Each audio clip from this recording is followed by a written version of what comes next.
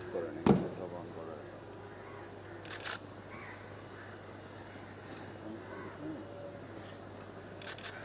Hello,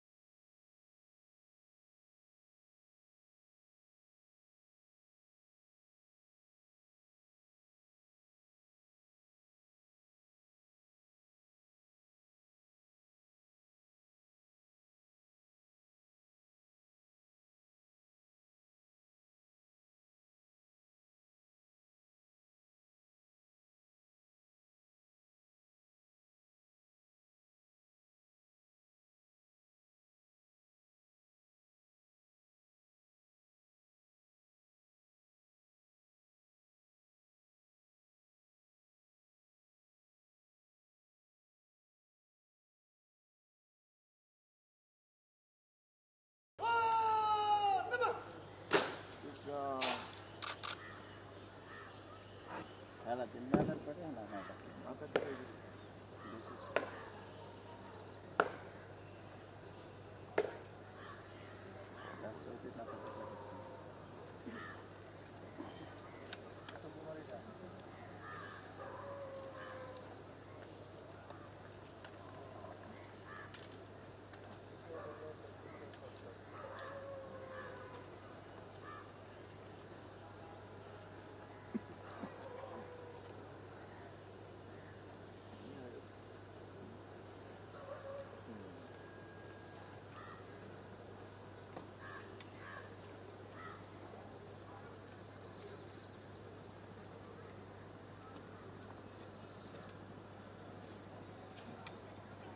Bye. Oh, what's going on with this?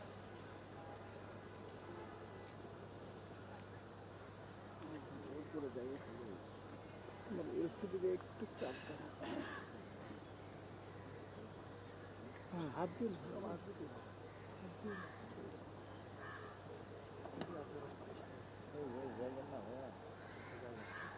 সম্পদ তো হয়ে গেছে।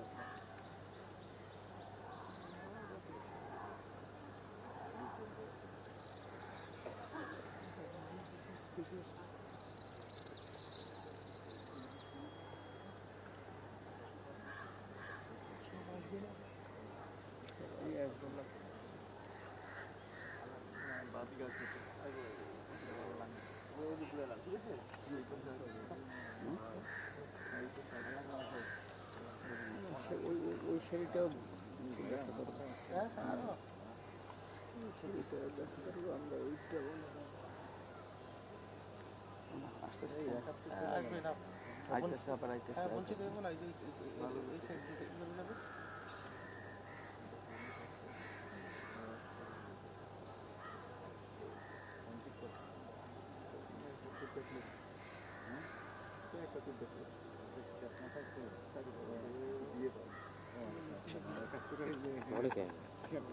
না বলে না ওইটাই তো দেখাচ্ছি।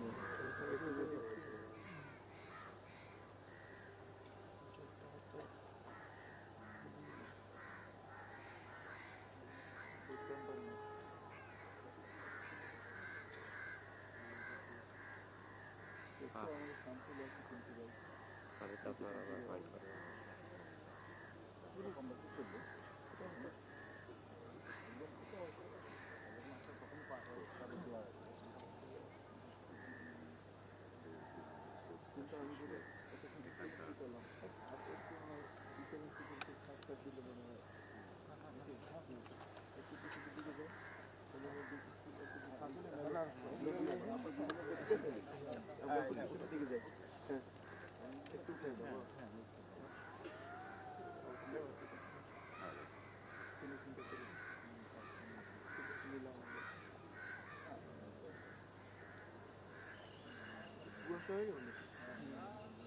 হ্যালো হ্যালো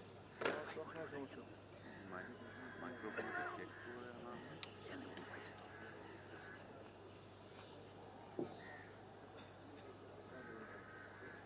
গাড়ি কাম দেওয়া রোলে থাকবে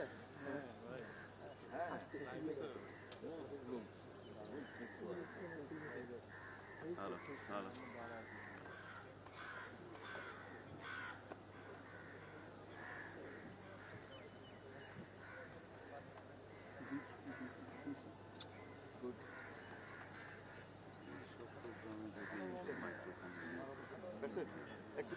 হ্যালো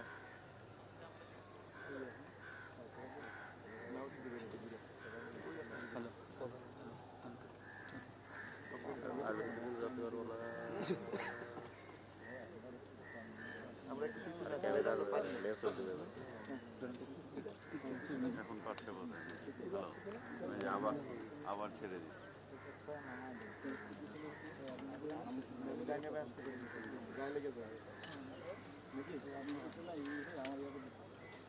এখন প্রধান উপদেষ্টা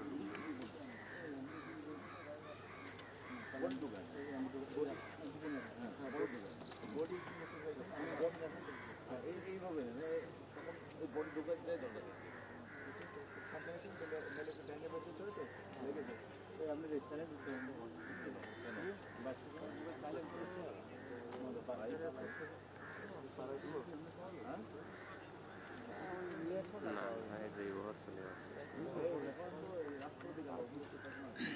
hello hello hello hello hello hello hello কাজ হচ্ছে হ্যালো হ্যালো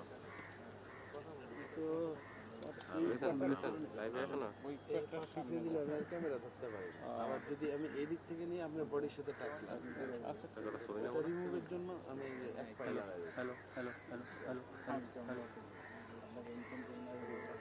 অপারেশন করতে আবার ধাক্কা লাগে কাঁপে এটা তো আরো একবার পাইতেছে একবার ছেড়ে দিচ্ছে হ্যালো হ্যালো ইনভেস্টেড রেকর্ড আছে হ্যালো হ্যালো হ্যালো ছেড়ে দিচ্ছে আবার ছেড়ে দিচ্ছে হ্যালো হ্যালো হ্যালো হ্যালো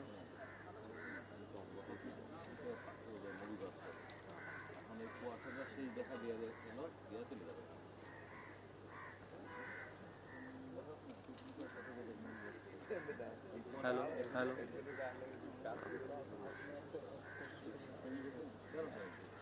একদম সে এখন ধরে ধরে থাকবে সমস্যা আছে কিনা দেখ কেবল বোধ হয় এই গোড়ায় না রাখাচ্ছে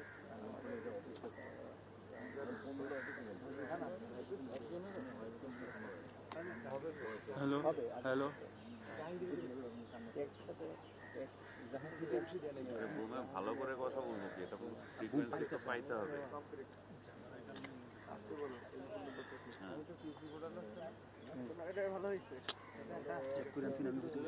পাচ্ছেন না হ্যালো হ্যালো হ্যালো একজন দেখছেন হ্যালো হ্যালো হ্যালো একবার পাচ্ছে সমস্যা করে একবার পাচ্ছে একবার ছেড়ে এই যে এখন পাইছি কিনে দিলেন হ্যালো হ্যালো এখন পাচ্ছেন লেভেলই তো নাই কথা বলেন তো এখন তো পাচ্ছি হ্যালো হ্যালো হ্যালো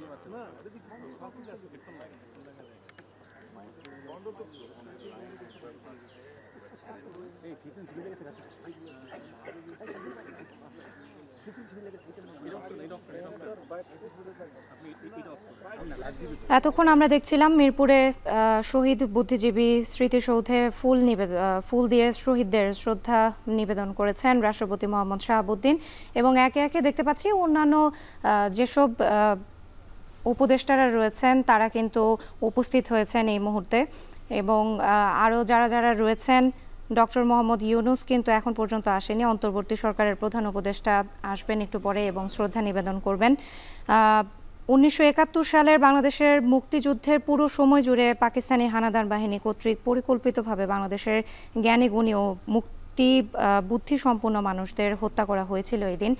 এবং এর আগের কথাগুলো যদি একটু বলি, 1971 সালের ডিসেম্বর মাসের স্বাধীনতা যুদ্ধের শেষ পর্যায়ে এসে পাকিস্তানি বাহিনী যখন বুঝতে শুরু করেছিলেন যে তাদের পক্ষে আসলে যুদ্ধে জেতা সম্ভব নয়, তখন তারা কিন্তু নবগঠিত দেশকে সাংস্কৃতিক, সামাজিক ও শিক্ষাগত দিক থেকে দুর্বল এবং পঙ্গু করে দেওয়ার জন্যই মূলত এই পরিকল্পনা করেছিলেন। এবং সেই পরিকল্পনা অনুযায়ী 14 ডিসেম্বর রাতে পাকিস্তানি বাহিনী এবং তাদের দেশীয় দোসর রাজাকার আল বদর ও আল শামস বাহিনীর সহায়তায় দেশের শ্রেষ্ঠ সন্তানদের নিজ নিজ গৃহে তুলে নিয়ে নির্মমভাবে নির্যাতনের পর হত্যা করেছিলেন এদিন।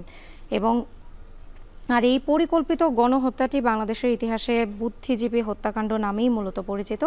এবং এই দিন বন্দি অবস্থায় বুদ্ধিজীবীদের বিভিন্ন বধ্যভূমিতে হত্যা করা হয়েছিল। এবং 1971 সালের 4 ডিসেম্বর 4 তারিখ রাতের কথা যদি একটু বলি, সেদিন রাতে কিন্তু নতুন করে কারফিউ জারি করা হয়েছিল এবং ডিসেম্বরের 10 তারিখ হতে বুদ্ধিজীবী হত্যাকাণ্ডের প্রস্তুতি নেওয়া হতে থাকে ওই দিন। মূলত 14 ডিসেম্বর পরিকল্পনার মূল অংশই বাস্তবায়ন করা হয়েছিল। সেখানে কিন্তু অধ্যাপক, সাংবাদিক, শিল্পী, প্রকৌশলী, লেখক সহ চিহ্নিত বুদ্ধিজীবীদের পাকিস্তান সেনাবাহিনী এবং তাদের দোসররা অপহরণ করে নিয়ে যায়। সেদিন প্রায় 200 জনের মতো বুদ্ধিজীবীদের তাদের বাসা থেকে ধরে নিয়ে যাওয়া হয়েছিল। যদিও সঠিক তালিকা এখন পর্যন্ত জানা যায়নি। মিরপুর, মোহাম্মদপুর, নাখালপাড়া, রাজারবাগ সহ অন্যান্য আরও অনেক স্থানে অবস্থিত নির্যাতন কেন্দ্রে নিয়ে যাওয়া হয় তাদেরকে। সেখানে তাদের উপর বীভৎস নির্যাতন চালানো হয়েছিল সেদিন। পরে তাদের নৃশংসভাবে রায়েরবাজার এবং মিরপুর বধ্যভূমিতে হত্যা করে রাখা হয়েছিল।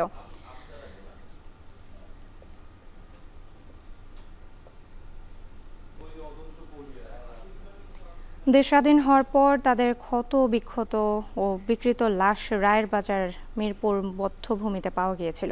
অনেকের লাশ শনাক্তও করা যায়নি, পাওয়া যায়নি বহু মানুষের বুদ্ধিজীবীদের লাশ। তাদের কিন্তু গণকবরও দেয়া হয় এবং যারা বুদ্ধিজীবী রয়েছেন তাদের কবর দেয়া হয়েছিল মিরপুর কবরস্থানে। আর 1971-এর 14 ডিসেম্বরের নির্মম হত্যাকাণ্ডের কথা স্মরণ করেই কিন্তু প্রতি বছর 14 ডিসেম্বর বাংলাদেশে পালিত হয় শহীদ বুদ্ধিজীবী দিবস। আমি যদি একটু বলি, বুদ্ধিজীবীদের মধ্যে সেদিন শহীদ হয়েছিলেন গোবিন্দচন্দ্র দেব, মুনির চৌধুরী, মুফাজ্জল হায়দার চৌধুরী, আনোয়ার পাশা, আবুল খায়ের, জ্যোতির্ময় গুহ ঠাকুরতা, সিরাজুল হক খান, এন.এ.এম. ফাইজুল মাহি সহ অনেকেই কিন্তু সেদিন শহীদ হয়েছিলেন। এবং তাদের এই শহীদদের প্রতি কিন্তু শ্রদ্ধা নিবেদনের জন্য এই শহীদ বুদ্ধিজীবী স্মৃতিসৌধে সবাই তাদেরকে শ্রদ্ধা নিবেদন করতেই মূলত একসঙ্গে এখানে এসেছেন।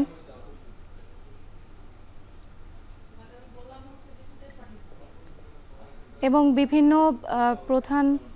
বিভিন্ন উপদেষ্টার উপস্থিতি কিন্তু আমরা এখানে দেখতে পাচ্ছি। তাদের আসিফ নজরুলকে দেখতে পাচ্ছি আমরা, শহীদা রেজওয়ানাও উপস্থিত হয়েছেন এবং প্রধান উপদেষ্টা ডক্টর মোহাম্মদ ইউনূস কিন্তু এখনও এসে পৌঁছাননি, এসে পৌঁছাবেন, আমরা তাকেও দেখতে পারবো। সকালে কিছুক্ষণ আগেই কিন্তু আমরা দেখতে পেয়েছি সেখানে ফুল দিয়ে শহীদদের শ্রদ্ধা নিবেদন করেছেন রাষ্ট্রপতি মোহাম্মদ শাহাবুদ্দিন। এবং আমরা যদি একটু খেয়াল করি, এখনই চলে আসছেন অন্তর্বর্তী সরকারের প্রধান উপদেষ্টা ডক্টর মোহাম্মদ ইউনূস। তার গাড়িটি আমরা দেখতে পাচ্ছি এবং নিরাপত্তা কর্মীরা কিন্তু এই মুহূর্তে তাকে নিরাপত্তা দিয়ে নিরাপত্তার বহাল বজায় রেখেই কিন্তু প্রধান উপদেষ্টা আসছেন। একে একে তার গাড়ি আমরা দেখতে পাচ্ছি।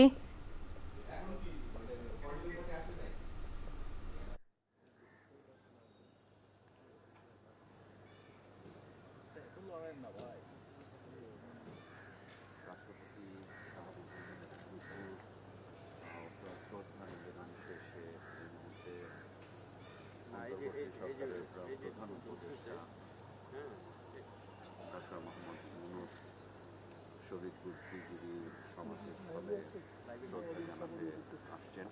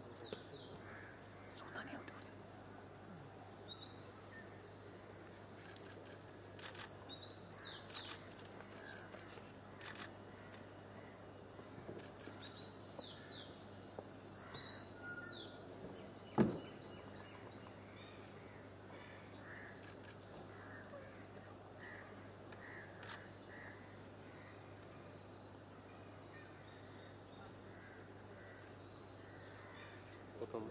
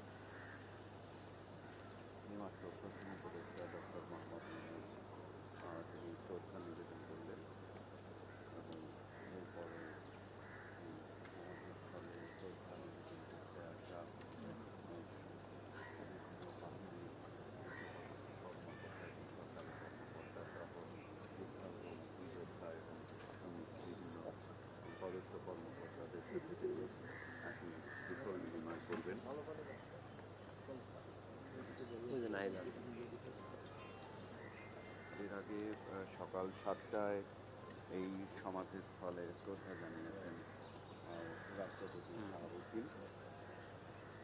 ঘুমাতে দেরি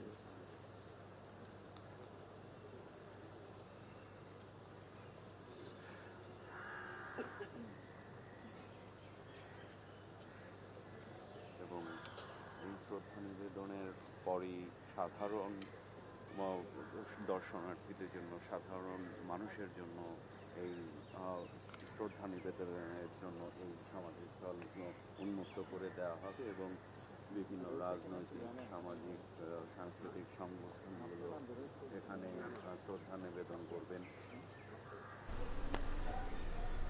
আমরা দেখতে পাচ্ছিলাম প্রধান উপদেষ্টা মোহাম্মদ ডক্টর ইউনূস একটু আগে শ্রদ্ধা নিবেদন করেছেন শহীদদের উদ্দেশ্যে এবং তিনি কিন্তু একে একে কথা বলছেন, যারা অন্যান্য উপদেষ্টা রয়েছেন তাদের সঙ্গে কিন্তু কথা বলছেন এবং একটু সকালবেলার কথা যদি বলি, একদম ভোরের দিকে কিন্তু শহীদ বুদ্ধিজীবী স্মৃতিসৌধে অর্পণ করেছেন রাষ্ট্রপতি মোহাম্মদ শাহাবুদ্দিন এবং কিছুক্ষণ আগে অন্তর্বর্তী সরকারের প্রধান উপদেষ্টা ডক্টর মোহাম্মদ ইউনূস কিন্তু শ্রদ্ধা নিবেদন করেছেন শহীদদের উদ্দেশ্যে এবং তিনি এখন কথা বলছেন একে একে। তার এখানে যারা নিরাপত্তা কর্মী রয়েছেন, নিরাপত্তা বাহিনী রয়েছেন, তারাও কিন্তু এখানে জোরদার নিরাপত্তা দেয়া হয়েছে।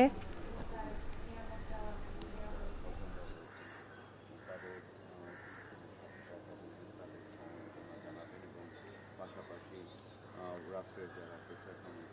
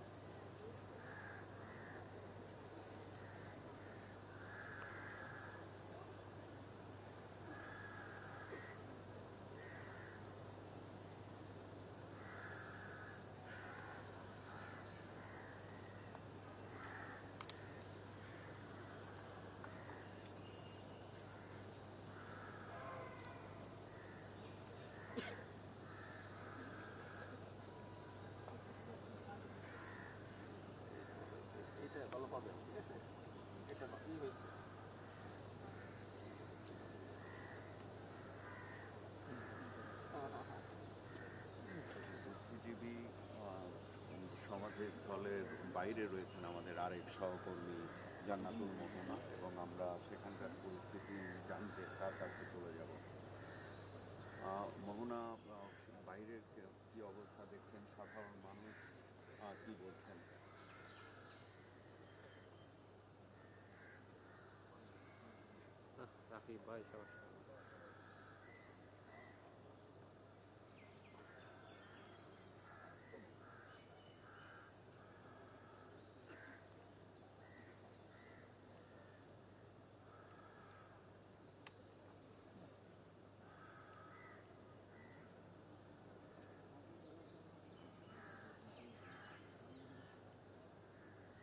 ক্যামেরাটার জন্য ছবি কত লাগবে? বিটিভি লাইভ করুন।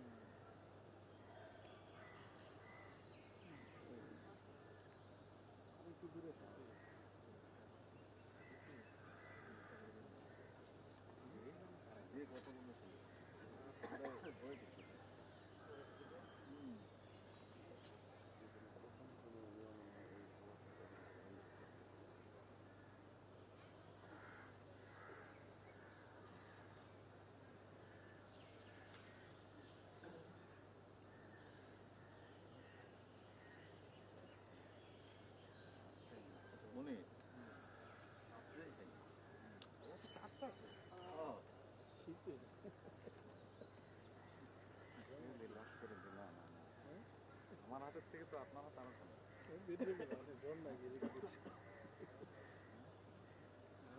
মুখ কাঁপলে হাত কাঁপছে না।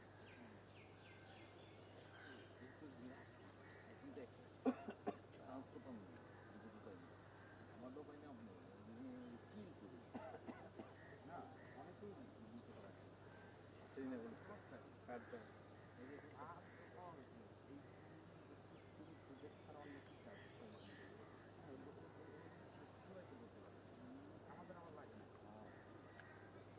করেন না আপনারা, আপনি যেখানে অর্ধেক আমাদের দিয়ে দিন, আমাদের যখন বাড়ার দিন বাড়াই করে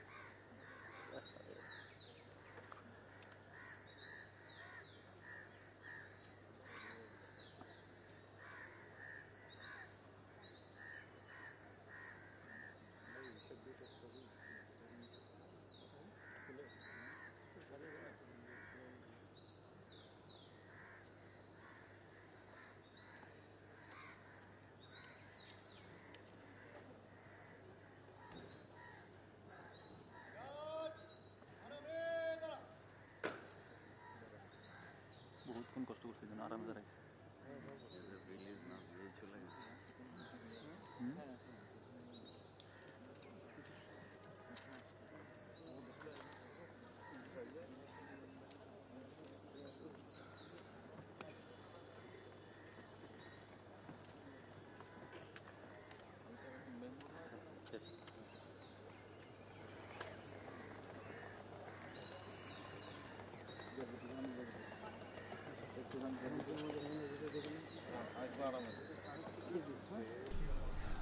উনিশশো সালের আজকের দিনে বিজয়ের মাত্র ৪৮ ঘন্টা আগে ২০০-র বেশি বুদ্ধিজীবীকে হত্যা করা হয়। জাতিকে মেধাশূন্য করতে হত্যাযজ্ঞ চালায় পাকিস্তানি বাহিনী। দেশের স্বাধীনতা আন্দোলন ও জাতীয়তাবোধ গড়ে তুলতে যারা অবদান রেখেছিলেন, ২৫ মার্চের পর থেকেই তারা পরিণত হয়েছে পাকিস্তানি বাহিনীর লক্ষ্যে। বিশ্লেষকরা বলছেন সেই ৭১-এর পুনরাবৃত্তি হয়েছে ২৪-এও। শাহাদাত অভরের প্রতিবেদন।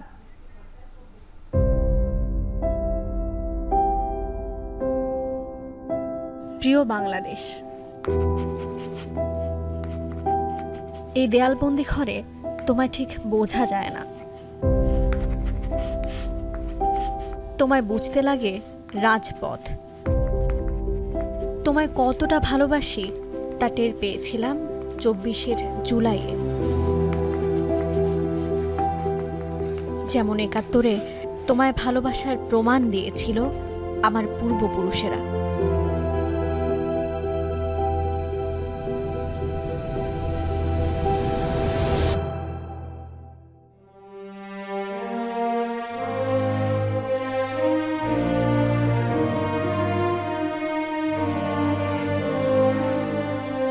লাল সবুজের পতাকা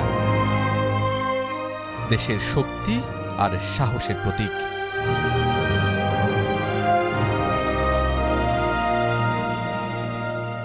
মুক্তির মন্দির সোপান তলে কত প্রাণ হলো বলিদান।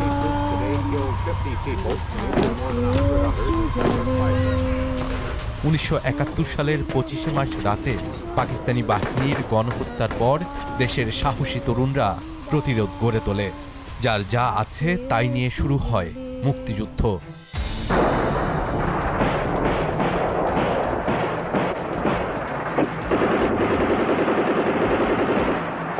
যুদ্ধ শুরুর পর থেকেই পাকিস্তানিরা এদেশের বুদ্ধিজীবীদের নিঃশেষ করায় মনোযোগ দেয়। হত্যা করা হয় দেশের 1000-এর বেশি শিক্ষক, সাংবাদিক, চিকিৎসক, আইনজীবী, শিল্পী, প্রকৌশলী সহ মুক্ত চিন্তার ও সমাজে অগ্রসর মানুষদের। তবে সবচেয়ে বেশি হত্যাকাণ্ড ঘটে মুক্তিযুদ্ধের শেষ সময়ে। তারা যেটা চেয়েছে তা হলো বাংলাদেশে যেন একটা চিন্তাশূন্য অবস্থা তৈরি হয়। এতটা বছর চলে গেল, আমরা কিন্তু কারা, কি করে, কেন হত্যা করেছি এ ব্যাপারে কিন্তু যথেষ্ট পরিমাণ তথ্য আমাদের হাতে কিন্তু নাই।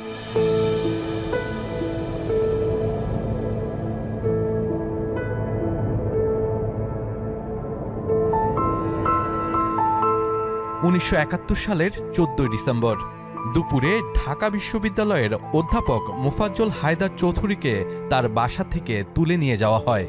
এরপর অধ্যাপক মুনীর চৌধুরী এবং সন্ধ্যায় শহীদুল্লাহ কায়সারকেও একইভাবে তুলে নেওয়া হয়। এদিন সর্বোচ্চ 200 জন বুদ্ধিজীবীকে অজ্ঞাত স্থানে নিয়ে গিয়ে হত্যা করা হয়। ওনাকে নিয়ে যাওয়ার সময়টা আমার মনে আছে। ছোট কাকার বাড়ি থেকে ওনাকে অপহরণ করা হয়েছিল। মানে বাংলায় কথা বলছিল ছেলেগুলো, মুখ ঢাকা ছিল এবং স্যার বলে সম্বোধন করছিল, এরকম মনে পড়ে আবছাভাবে। উনি যেই মাপের একজন মানে শিক্ষক ছিলেন, শিক্ষাবিদ ছিলেন, পণ্ডিত ছিলেন, সেই পরিবেশ তো আমরা আর পেলাম না। তবে এত ত্যাগের মধ্য দিয়ে যে বাংলাদেশের অভ্যুদয়, সেই দেশেও ফিরে ফিরে এসেছে অত্যাচার, নিপীড়নের দাহকাল। গুম, খুন, নৃশংসতায় পোক্ত করার চেষ্টা করা হয়েছে ক্ষমতার মসনদ। নিপীড়ন থেকে বাদ যায়নি মুক্তচিন্তার মানুষগুলো। স্বাধীনতার আগে এই যে ধরে ধরে বুদ্ধিজীবীদের আবার ধরে গুম করে ফেলা, ঠিক আছে না? তো সেরকম হয়তো আমিও একটা টার্গেট ছিলাম। সম্ভবত আমি যেভাবে আক্রমণের হামলার শিকার হয়েছে তার অনেকগুলো কারণ ছিল। আপনি বলতেছেন বাংলাদেশের সংবিধান হচ্ছে কি একটা পবিত্র সংবিধান, আর আমি বলছি 72 সালের সংবিধান হলো একটা পাকিস্তানি সংবিধান। সে কারণে স্বভাবতই আমি একটা টার্গেট ছিলাম। বুদ্ধিবৃত্তিক চিন্তায় যেন মুক্তিযুদ্ধকালীন ইয়াহিয়ার পথেই হেঁটেছে বিগত ফ্যাসিস্ট সরকার, যার সাক্ষ্য দিচ্ছে বন্দিশালা, আয়নাঘর। বুদ্ধিজীবীদের যদি ধ্বংস করে দেওয়া যায়, মেরে ফেলা যায়, মানে একেবারে নিশ্চিহ্ন করা যায়, তাহলে সেই জাতি পঙ্গু হয়ে যায়। সেই চিন্তা ভাবনা থেকেই 1971 সালে 14 ডিসেম্বর বুদ্ধিজীবীদেরকে একভাবে নৃশংসভাবে হত্যা করা হয়েছিল। ঠিক একইভাবে 24-এর কথা বলেন যে বুদ্ধিবৃত্তিক চিন্তা চেতনার জায়গাগুলোকে যদি আমার পছন্দ না হয়, আমার দলের পছন্দ না হয়, তাহলেই তাকে দমিয়ে দেওয়া হয়।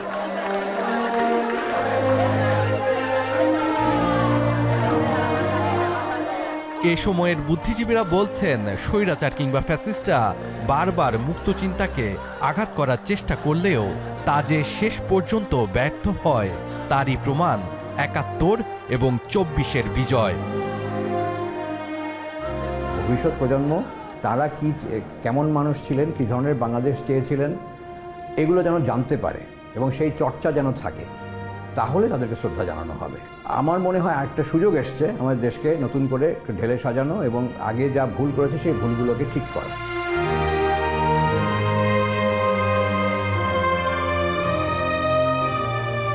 1971 সালের স্বাধীনতার ঠিক 2 দিন আগেই যেভাবে নাটকীয়ভাবে হত্যাকাণ্ড ঘটানো হয়, সেটি যেমনি পরিকল্পিত ছিল, ঠিক তেমনি 2024-এ যারা বুদ্ধিজীবী ছিলেন তাদেরকে নানাভাবে হেনস্থা এবং একই সাথে গুম খুন করা হয়। যাদের রক্তের উপর দাঁড়িয়ে এই বাংলাদেশ, তাদেরকে যেন শুধুমাত্র একটি মাস নয়, বরঞ্চ সবসময় মনে ধারণ করা হয়, সেই কথাই বলছেন যারা শহীদ পরিবার আছেন তারা। শাহাদাত অভ্র, এখন, ঢাকা। শহীদ বুদ্ধিজীবী দিবসের রায়ের বাজার বধ্যভূমি স্মৃতিসৌধে শ্রদ্ধা নিবেদন করেছেন সর্বস্তরের মানুষ। সেখান থেকে জাতির শ্রেষ্ঠ সন্তানদের প্রতি শ্রদ্ধা জানানোর খবর জানাচ্ছেন সহকর্মী তানজিলা খান মিম ও শাহাদাত অভ্র। যুক্ত হচ্ছি তাদের সাথে। মিম, আপনারা তো ভোর থেকে সেখানে আছেন, সর্বসাধারণের শ্রদ্ধা নিবেদনের খবর জানাবেন আমাদের।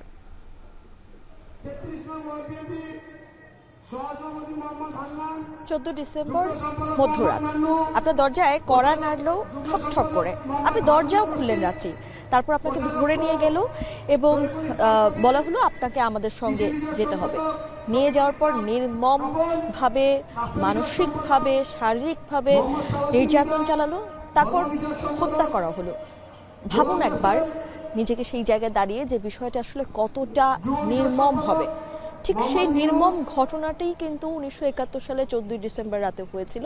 তবে শুধুমাত্র ওই দিন হয়েছিল বললে ভুল হবে, কারণ 1971 সালে যখন 26শে মার্চ থেকে মুক্তিযুদ্ধ শুরু হলো, এই যে বুদ্ধিজীবীদের হত্যা করা, বুদ্ধিজীবীদেরকে নিশ্চিহ্ন করে দেয়া, সেই চেষ্টা কিন্তু চলছিলই।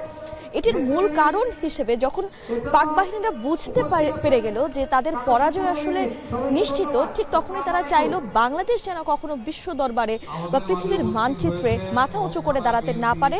তার জন্যই কিন্তু তারা এই শেষবারের মতো অপচেষ্টাটি চালিয়েছিল। এই পৃথিবীর ভূখণ্ড থেকে যারা, বা বাংলাদেশের ভূখণ্ড থেকে যারা বুদ্ধিজীবী রয়েছেন, যারা বাংলাদেশ স্বাধীন দেশ হিসেবে প্রতিষ্ঠিত পাওয়ার পরে যারা বাংলাদেশকে বিশ্বের দরবারের কাছে খুব দ্রুতই এগিয়ে নিয়ে যেতে পারতেন, তারা যেন সেটি না করতে পারেন, বাংলাদেশ যেন একটি ভঙ্গুর রাষ্ট্র হিসেবে পরিচিতি লাভ করে, সেজন্যই কিন্তু তারা শেষবারের মতো 14 ডিসেম্বর রাতে একটি অপচেষ্টা চালালো। তারা চালালো এমন অপচেষ্টা যেখানে নিশ্চিহ্ন করে দেওয়ার চেষ্টা করা হলো শিক্ষাবিদ, চিকিৎসক, সাংবাদিক সহ বিভিন্ন গুরুত্বপূর্ণ খাতের যে গুরুত্বপূর্ণ মানুষগুলো ছিল তারা। এই যে অভ্র, আপনি আমার সঙ্গে আছেন, আমরা সকাল থেকে এখানে আছি, আমরা কিন্তু সকাল থেকে বিভিন্ন প্রেক্ষাপট নিয়ে কথা বলছিলাম এবং পুরো ডিসেম্বর মাস জুড়েই কিন্তু আমাদের বিভিন্ন সময়ে কথা হয়েছে। আসলে এই যে মাসগুলো, বছরগুলো ঘুরে ঘুরে আমাদের কাছে আসে, আমাদের ঐতিহাসিক প্রেক্ষাপটগুলো আমাদের সামনে, তরুণ প্রজন্মের সামনে, নতুন প্রজন্মের সামনে নতুন করে মেলে ধরতেই কিন্তু আসে। এবারের প্রেক্ষাপটটিও কিন্তু একদম ভিন্ন। আপনার কাছে আসলে কি মনে হয় এই যে নতুন প্রেক্ষাপটে শহীদ বুদ্ধিজীবী দিবস, সে বুদ্ধিজীবী দিবস আসলে তরুণ প্রজন্মের কাছে কতটা পৌঁছে যেতে পারছে, কিংবা ইতিহাসগুলো কতটা পৌঁছে যেতে পারছে? মিম, আপনি যেমনটি বলছিলেন যে আপনার কথার সূত্র ধরে যদি আমি বলতে চাই যে যেই ব্যাপারগুলো আপনি বলছিলেন, যেটা চিন্তাই করা যায় না যে এতগুলো মানুষকে, প্রায় 1000-এর বেশি মানুষকে কিন্তু হচ্ছে বুদ্ধিজীবীকে কিন্তু হচ্ছে নিধন করা হয়েছে এই বাংলাদেশে। যখন কিনা 25শে মার্চ রাত, সেই থেকে কিন্তু এই বুদ্ধিজীবী হত্যাকাণ্ড শুরু হয় এবং 14 তারিখে 200 বুদ্ধিজীবীর বেশি কিন্তু হচ্ছে তুলে নিয়ে গিয়ে হচ্ছে হত্যা করা হয়। যদিও এই দিনটিকে আমরা হচ্ছে বিশেষভাবে বুদ্ধিজীবী নিয়ে স্মরণ করি, কিন্তু এই যে এতগুলো মানুষের প্রাণ, সেই প্রাণ কিন্তু হচ্ছে বাংলাদেশের যেই স্বাধীনতার পর তখন কিন্তু অনেকটাই বুদ্ধি এবং বুদ্ধিজীবী শূন্য আমরা একটা জাতিতে পরিণত হয়েছিলাম। এর অনেকটা মাসুল আমাদের দিতে হয়েছে। তবে পাকিস্তানিরা যেই পরিকল্পনা করেছিল সেটি কিন্তু হচ্ছে তারা কোনোভাবেই বাস্তবায়ন করতে পারেনি, তারা কিন্তু আমাদেরকে কোনোভাবেই দাবিয়ে রাখতে পারেনি। তারা কিন্তু সুপরিকল্পিতভাবেই চেষ্টা করেছে, যেভাবেই হোক না কেন বাঙালি জাতিকে স্বাধীন হতে দিবে না, একটি স্বাধীন রাষ্ট্র মর্যাদা কখনো এই জাতি পাবে এটা কিন্তু তারা চিন্তাও করতে পারেনি। যার কারণে কিন্তু আমাদের যারা এই মেরুদণ্ড ছিল আমাদের জাতির জন্য, তারা কিন্তু হচ্ছে তাদেরকে তালিকা করে, এবং কি তালিকাও পাওয়া গেছে তাদের কাছে। আপনি জানেন যে 72 সালে কিন্তু হচ্ছে যারা কিনা হচ্ছে এই অপারেশনটা বা এই যে এই ধরনের কার্যক্রম চালিয়েছে তাদেরকে কিন্তু হচ্ছে ধরা হয়েছে। ধরার পরে কিন্তু তাদের কাছে কিন্তু হচ্ছে একটি তালিকাও পেয়েছে এবং তালিকার পাশে টিক দেওয়া ছিল, যে ব্যাপারটা কিন্তু হচ্ছে বোঝাই যায় যে এটি একটি পরিকল্পিত হত্যাকাণ্ড। এবং একই সাথে যদি আমি 24-এ আসি, 24-এ কিন্তু যারা কিনা বুদ্ধিজীবী ছিল, যারা কিনা কথা বলতে চেয়েছিল, তাদেরকে কিন্তু হচ্ছে নানাভাবে কিন্তু হেনস্থা করা হয়েছিল। এমনকি এমন অনেকেই আছেন যাদেরকে গুম করা হয়েছিল। বিশেষ করে আমি যদি বুদ্ধিজীবীদের কথা বলি, যে বাংলাদেশের যারা বুদ্ধিজীবী, যারা কিনা হচ্ছে চায় বাংলাদেশ রাষ্ট্রকে নিয়ে চিন্তা করে, রাষ্ট্রচিন্তক, তাদের উপর কিন্তু একটি বড় ধরনের থাবা নেমে এসেছিল। আর যেটি বলবো যে আমাদের এই যে এই বুদ্ধিজীবী, তখনকার বুদ্ধিজীবীর যে নামের লিস্ট, সেটি কিন্তু হচ্ছে সঠিকভাবে পাওয়া যায়নি, যেটির কারণে কিন্তু অনেক বিড়ম্বনা পোহাতে হয়েছে যে স্বজনরা আছে, পরিবার আছে তাদেরকে। এবার কিন্তু আমি একজন স্বজনের সাথে কথা বলেছিলেন, তিনি একটু যুক্ত করতে চাই আপনার সঙ্গে। এই যে আপনি বলছিলেন 2024-এর কথা, এই প্রেক্ষাপটে কিন্তু এবছর আসলে এই অনেক শহীদ বুদ্ধিজীবী স্মৃতিসৌধে বা শহীদ বুদ্ধিজীবী কবরস্থানে আরও কিছু গণকবর যুক্ত হয়েছে 2024 সালে গণ অভ্যুত্থানে যে বৈষম্য বিরোধী আন্দোলনে গণ অভ্যুত্থান হয়েছে সেই আন্দোলনেও কিন্তু যারা শহীদ হয়েছেন তাদের অনেক গণকবরও কিন্তু এখানে যুক্ত হয়েছেন। সবকিছু মিলিয়ে আজ সারাদিন কিন্তু পুরো দেশবাসী আসবেন, যাদের হাতে সময় থাকবে তারাই কিন্তু এসে এই শহীদদেরকে শ্রদ্ধা জানাবেন এবং যারা আসতে পারবেন না তারাও কিন্তু তাদের মনের অতল স্থান থেকে এই শ্রদ্ধা নিবেদন কিন্তু করবেন। কারণ যারা আসলে যাদের এই আত্মত্যাগের বিনিময়ে আজকের এই স্বাধীন বাংলাদেশ হয়েছে এবং তার পাশাপাশি যদি বলি যে এই যে 2024 সালে যারা আসলে নতুন করে ঢাল হয়ে বাংলাদেশকে একটি নতুনভাবে পুরো বিশ্বের কাছে পরিচিতি লাভ করিয়েছে, যারা দেশের নাগরিক ছিলেন তাদেরকে একটি পুরো বাংলা একটি নতুনভাবে বাঁচার সুযোগ তৈরি করে দিয়েছে, তাদেরকেও কিন্তু অবশ্যই বাঙালি জাতি সবসময় স্মরণ যেভাবে করেছে ঠিক আগামী দিনগুলো তো ঠিক সেভাবেই স্মরণ করবে। রাত্রি এখন পর্যন্ত এই ছিল আমার কাছে। ইতোমধ্যে কিন্তু বিভিন্ন রাজনৈতিক দলগুলোর অঙ্গ সংগঠন যারা রয়েছেন তারা আসছেন এবং বেলা বাড়ার সাথে সাথে এই সংখ্যাটা আরও বাড়বে। স্কুল কলেজের শিক্ষার্থীরা আসবে। পরবর্তীতে আমরা আপনার সঙ্গে যখন আবারও যুক্ত হব তখন আরও বেশি তথ্য আপনাকে জানাতে পারবো।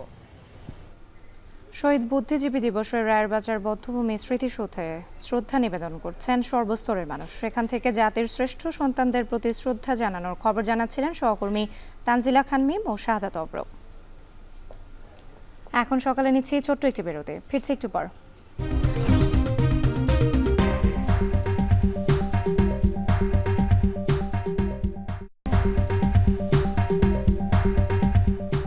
বিরতির পর ফিরে এলাম, দেখছেন এখন সকাল।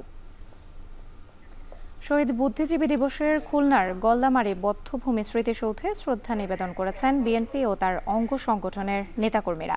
শীত উপেক্ষা করে নেতাকর্মীদের উপস্থিতি ছিল লক্ষণীয়। এ বিষয়ে বিস্তারিত জানাতে খুলনার গল্লামারী বধ্যভূমি এলাকা থেকে যুক্ত হয়েছেন সহকর্মী তরিকুল ইসলাম।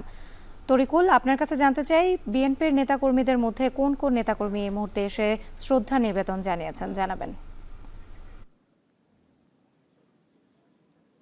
এখানে জেলা মহানগর বিএনপির নেতৃবৃন্দ উপস্থিত ছিলেন এবং সেখানে শীর্ষ পর্যায়ের নেতৃবৃন্দ উপস্থিত ছিলেন। মহানগর বিএনপির আহ্বায়ক শফিকুল আলম মনা, সদস্য সচিব শফিকুল আলম তুহিন, পাশাপাশি গতকাল যে জেলা বিএনপির নতুন কমিটি গঠন হয়েছে সেখানকার আহ্বায়ক মনিরুজ্জামান মন্টু এবং আবু হোসেন বাবু সহ বিভিন্ন পর্যায়ের নেতাকর্মীরা সেখানে উপস্থিত ছিলেন এবং আমরা দেখেছি যে নেতাকর্মীদের মাঝে দীর্ঘদিন পর একটি স্বতঃস্ফূর্ত অবস্থা আমরা বিরাজ করতে দেখেছি এবং সেই সাথে আমরা আরেকটা বিষয় দেখেছি যে তারা স্লোগান দিতে দিতে তারা কিন্তু এই বধ্যভূমি এলাকায় প্রবেশ করেছেন এবং তারা কিন্তু এসে ফুল দিয়েছেন এবং শ্রদ্ধা নিবেদন করেছেন শহীদদের প্রতি এবং সেই সাথে তাদের যে অঙ্গ এবং সহযোগী সংগঠনের নেতাকর্মীরা রয়েছেন তারাও সকালে কিন্তু খুলনা অঞ্চলে যে তীব্র শীত পড়েছে শীতকে উপেক্ষা করেই নেতাকর্মী এবং বিশেষ করে নারী কর্মীরা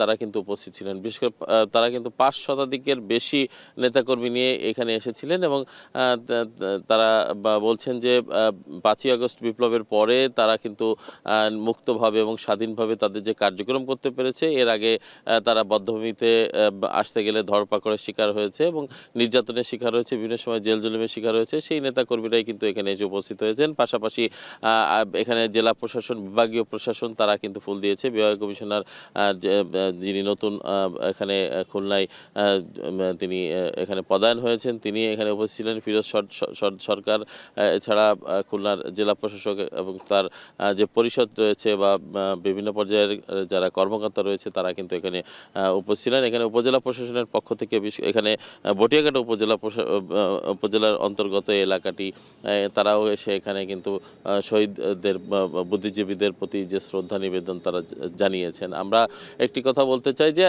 শহীদ বুদ্ধিজীবী দিবসে এখানে যে সাজসজ্জা বা আয়োজন সেটি কিন্তু এখানে বিজয় দিবসের পূর্বেই প্রতি বছরই এটা হয়ে থাকে। তবে এখানে এবারের বুদ্ধিজীবী দিবসে অন্যান্য সংগঠনের উপস্থিতি আমরা কম দেখেছি। তবে আজকে দিনব্যাপী যে প্রশাসনের পক্ষ থেকে এবং রাজনৈতিক দল বিশেষ করে বিএনপির পক্ষ থেকে আলোচনা সভার আয়োজন করা হয়েছে, সেটি সকাল 10টা থেকে তাদের কার্যক্রম শুরু হবে এবং দলীয় কার্যালয়ে এই দিবসটির উপর আলোচনা সভা এবং দোয়া মাহফিল অনুষ্ঠিত হবে।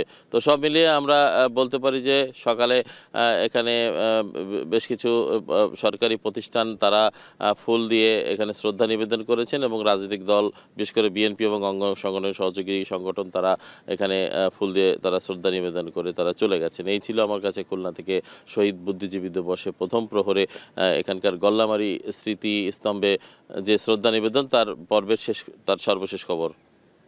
শহীদ বুদ্ধিজীবী দিবসের খুলনার গল্লামারি বদ্ধভূমি স্মৃতিসৌধে শ্রদ্ধা নিবেদন করেছেন বিএনপি ও তার অঙ্গ সংগঠনের নেতাকর্মীরা। সেখানকার সবশেষ পরিস্থিতি জানাচ্ছিলেন সহকর্মী তরিকুল ইসলাম। বন্যার পানি নামতে দেরি করায় সুনামগঞ্জ হাওরের বাঁধ নির্মাণ কাজের জরিপ শুরু হয়েছে দেরিতে। নভেম্বরের মধ্যে জরিপের কাজ শেষ হওয়ার কথা থাকলেও এখন পর্যন্ত হয়েছে অর্ধেকেরও কম। এই অবস্থায় 15 ডিসেম্বর শুরু হচ্ছে বাঁধ নির্মাণ ও সংস্কার কাজ। তবে এবার নির্ধারিত সময়ে কাজ শেষ না হলে ঝুঁকিতে থাকবে হাওরের বিস্তীর্ণ অঞ্চলের বোরো ধান। চলতি বছর বাঁধ নির্মাণ কাজে ইতোমধ্যেই 124 কোটি টাকা বরাদ্দ দিয়েছে মন্ত্রণালয়। জরিপ শেষ হলে যা আরও বাড়বে। সুনামগঞ্জ থেকে লিপসান আহমেদের তথ্য ছবিতে থাকছে বিস্তারিত। ভাটির জেলা হিসেবে পরিচিত সুনামগঞ্জের প্রান্তিক পর্যায়ের কৃষকদের ভাগ্য নির্ধারণ করে হাওরের বোরো ধানের উপর। কিন্তু 2017 সালে আগাম বন্যায় এই অঞ্চলের শতভাগ ফসল হানিতে বিপাকে পড়েন জেলার কৃষকরা। সাথে প্রভাব পড়ে জেলা পর্যায়ের অর্থনীতিতে। পরে ফসল রক্ষা বাঁধ নির্মাণে নতুন নীতিমালা গঠন করে সরকার, যেখানে ঠিকাদারি প্রথা বাদ দিয়ে নির্দিষ্ট সময়ের মধ্যে প্রকল্প বাস্তবায়ন কমিটি বা পিআইসির মাধ্যমে বাঁধ নির্মাণের নতুন নিয়ম করা হয়। পানি উন্নয়ন বোর্ডের তথ্যানুযায়ী জেলার ছোট বড় 134টি হাওরে প্রতি বছর 2.25 লাখ হেক্টরের মতো জমিতে বোরো ধানের আবাদ হয়। বিপুল এই ফসল রক্ষায় হাওরে বেড়িবাঁধ আছে প্রায় 1718 কিলোমিটার। এর মধ্যে 1162 কিলোমিটার বাঁধের জরিপের কাজ নভেম্বরের মধ্যে শেষ হওয়ার কথা থাকলেও এখন পর্যন্ত জরিপ হয়েছে অর্ধেকেরও কম। এছাড়া নীতিমালা অনুযায়ী নভেম্বর মাসের মধ্যে প্রকল্প নির্ধারণ ও পিআইসি গঠনের কাজ শেষ করার কথা থাকলেও চলতি বছর পানি নামতে দেরি হওয়ায় সব কাজই শুরু হয় দেরিতে। তবে চলতি বছর দেশের রাজনৈতিক অস্থিতিশীলতা ও বাঁধ নির্মাণে অগ্রগতি না থাকায় চরম দুশ্চিন্তায় হাওরের কৃষকরা। এছাড়া নির্মাণ কাজ সঠিকভাবে হওয়া নিয়েও শঙ্কা হাওরের নেতাদের। আমরা বুড়োর মৌসুম লাগানোর পরপরেই বেড়িবাঁধ হওয়ার কথা, কিন্তু এখন পর্যন্ত বেড়িবাঁধের কোনো খবর নাই। বাঁধের খাসটা ঠিক মতো না হয়, কর্তব্য না হয়, আমরা দান ফান করবো। এই দান ফান তো আমরা ফাইনে বাসায় লয়ে যাই। কষ্ট করে ক্ষেত করতেছি, এটি আকুল আবেদন জানাই বর্তমান সরকারের কাছে, যাতে আমরা এই যে বাঁধের কাজটা দ্রুত শুরু হয় এবং কাজটা যাতে টেকসই হয়। এমনি যেভাবে হওয়ার কথা এইভাবে হয় না। 18 সালও ঠিক আছে, এরপর থেকে ওই বিচ্যুতি করছে, নীতিমালা ফলোই করা হয়। এবার প্রথম পর্যায়ে সুনামগঞ্জ হাওরের বাঁধ নির্মাণ বাবদ 124 কোটি টাকা বরাদ্দ দিয়েছে মন্ত্রণালয়। তবে জরিপের কাজ শেষ হলে বরাদ্দের পরিমাণ আরও বাড়বে। 2024-25 অর্থ বছরে আমরা সুনামগঞ্জ জেলায় প্রায় 675টি স্কিম অনুমোদন দিয়েছি। ইতিমধ্যে বিভিন্ন উপজেলাগুলোতে গণশুনানি সম্পন্ন হয়েছে। এখন পিএইচি গঠন করে কিছু চলতেছে। আশা করতেছি যে নির্ধারিত সময়ের ভিতরেই পিএইচি গঠন করে কাজ শুরু করতে পারবে। 15 ডিসেম্বর থেকে আগামী 28 ফেব্রুয়ারি পর্যন্ত বাঁধ নির্মাণ কাজের মেয়াদকাল। নির্ধারিত সময়ে কাজ শেষ না হলে আসন্ন বড় মৌসুমে আগাম ঢল ও বন্যায় ফসল ক্ষতির শঙ্কা থেকেই যাচ্ছে হাওরের কৃষকদের। তাই যথাসময়ে কাজ সম্পন্নের দাবি তাদের। এখন সুনামগঞ্জ। এখন সকালে নিচ্ছে আরেকটি বিরতি, ফিরছে একটু পর।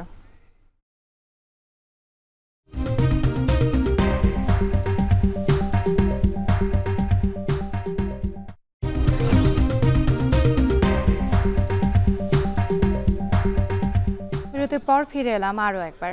দেখছেন এখন সকাল। এবার আন্তর্জাতিক প্রসঙ্গ। যুক্তরাষ্ট্রের নবনির্বাচিত প্রেসিডেন্ট ডোনাল্ড ট্রাম্পের অভিষেক অনুষ্ঠানে $10 লাখ বরাদ্দের ঘোষণা দিয়েছেন প্রযুক্তি প্রতিষ্ঠান অ্যামাজনের প্রধান নির্বাহী জেফ বেজোস। শুধু তাই নয়, ট্রাম্পের এই অভিষেক অনুষ্ঠান অনলাইনে স্ট্রিম করারও পরিকল্পনা আছে অ্যামাজন প্রাইম ভিডিওর। সেখান থেকে আরও $10 লাখ আয়ের সম্ভাবনা আছে বলে নিশ্চিত করেন অ্যামাজনের প্রধান নির্বাহী। এই উপলক্ষে আগামী সপ্তাহে ফ্লোরিডায় ট্রাম্পের মার আ লাগো রিসোর্টে যাওয়ার কথা আছে। যদিও ওয়াল স্ট্রিট জার্নালের প্রতিবেদন বলছে আগের শাসনামলে ট্রাম্পের কট্টর সমালোচক ছিলেন এই জেফ বেজোস।